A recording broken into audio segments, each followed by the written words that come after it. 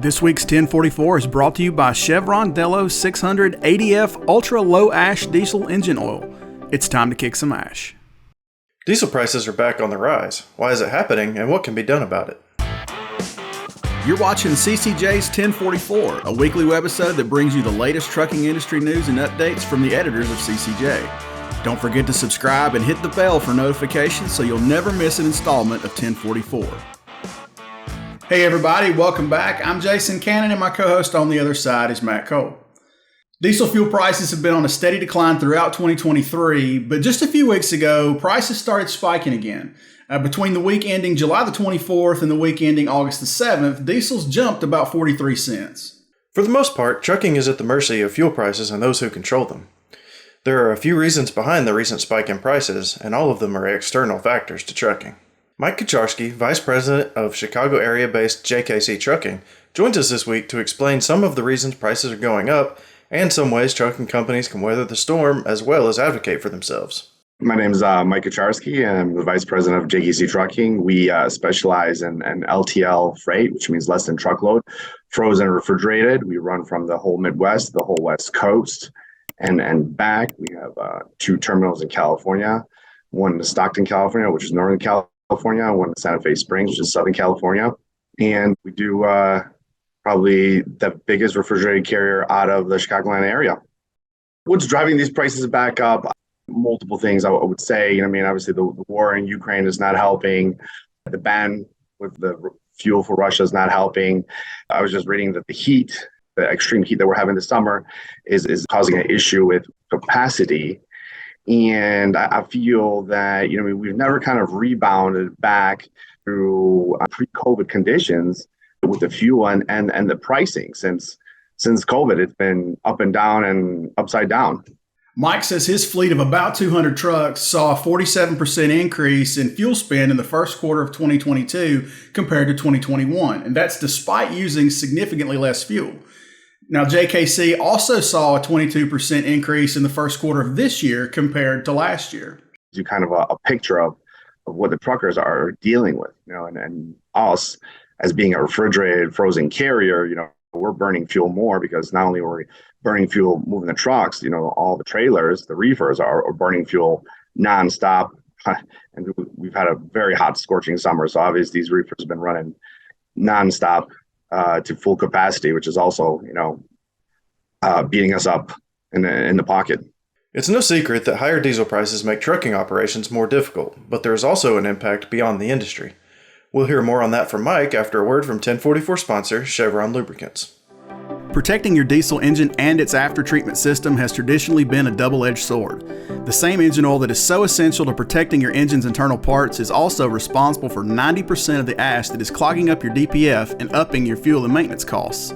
Outdated industry thinking still sees a trade-off between engine and emission system protection, and Chevron was tired of it. So they spent a decade of R&D developing a no-compromise formulation. Chevron Lubricants developed a new ultra-low ash diesel engine oil that is specifically designed to combat DPF ash clogging. Delo 600 ADF with OmniMax technology cuts sulfate ash by a whopping 60%, which reduces the rate of DPF clogging and extends DPF service life by 2.5 times. And just think what you can do with all the MPGs you're going to add from cutting your number of regens. But Delo 600 ADF isn't just about aftertreatment. It provides complete protection, extending drain intervals by preventing oil breakdown. Before you had to choose between protecting your engine or your aftertreatment system, and now you don't. 600 ADF from Delo with OmniMax technology, it's time to kick some ash. It hurts my business, depleting obviously my cash flow, depleting any profits, putting my company definitely in the red, causing instability. I think one of the worst parts, it keeps me up at night and it's giving me plenty of new gray hairs. High diesel prices hurt every aspect of Americans' life, period. High diesel hurts truckers, but it also hurts every American because it's essential to the supply chain. High diesel pushes up prices, food, clothing, household goods, disproportionately hurts the lower income people. Everyone's feeling the high costs, especially at the grocery stores. When gas prices and diesel prices are high, lower income households don't give up luxuries; they give up necessities. They have to choose between driving to work and putting food on the table. So one of the things we have to do in this country, we need to get these fuel prices back under control for the American people. Looking ahead, if fuel prices continue to rise or level off at a higher point than where prices have been recently, Mike says it could have a lasting effect on the industry and the supply chain. It's going to hurt a lot of truckers. Since 2022, a lot of people jumped into the trucking industry trying to help because we needed capacity. Everybody jumped in because the money was paying good, bought equipment at high prices. And now, we're having the high cost of everything, the extra high cost of diesel.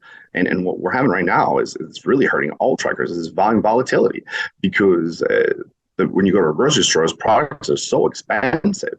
The American people have to choose, they have to change their diets, what they can afford. So when they go to grocery stores and they're not products off the shelves, manufacturers cut back on production, so and then when you have volume volatility, it even amplifies the problem because a lot of customers understand.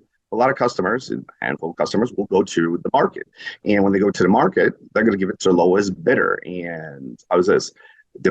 Sometimes it depends what your overhead is. Some owner operators could deal with it. Larger companies like us, it's a little harder for us to push through that because our overhead is higher, but we have more capacity. So, there's been times when loads are paying so low.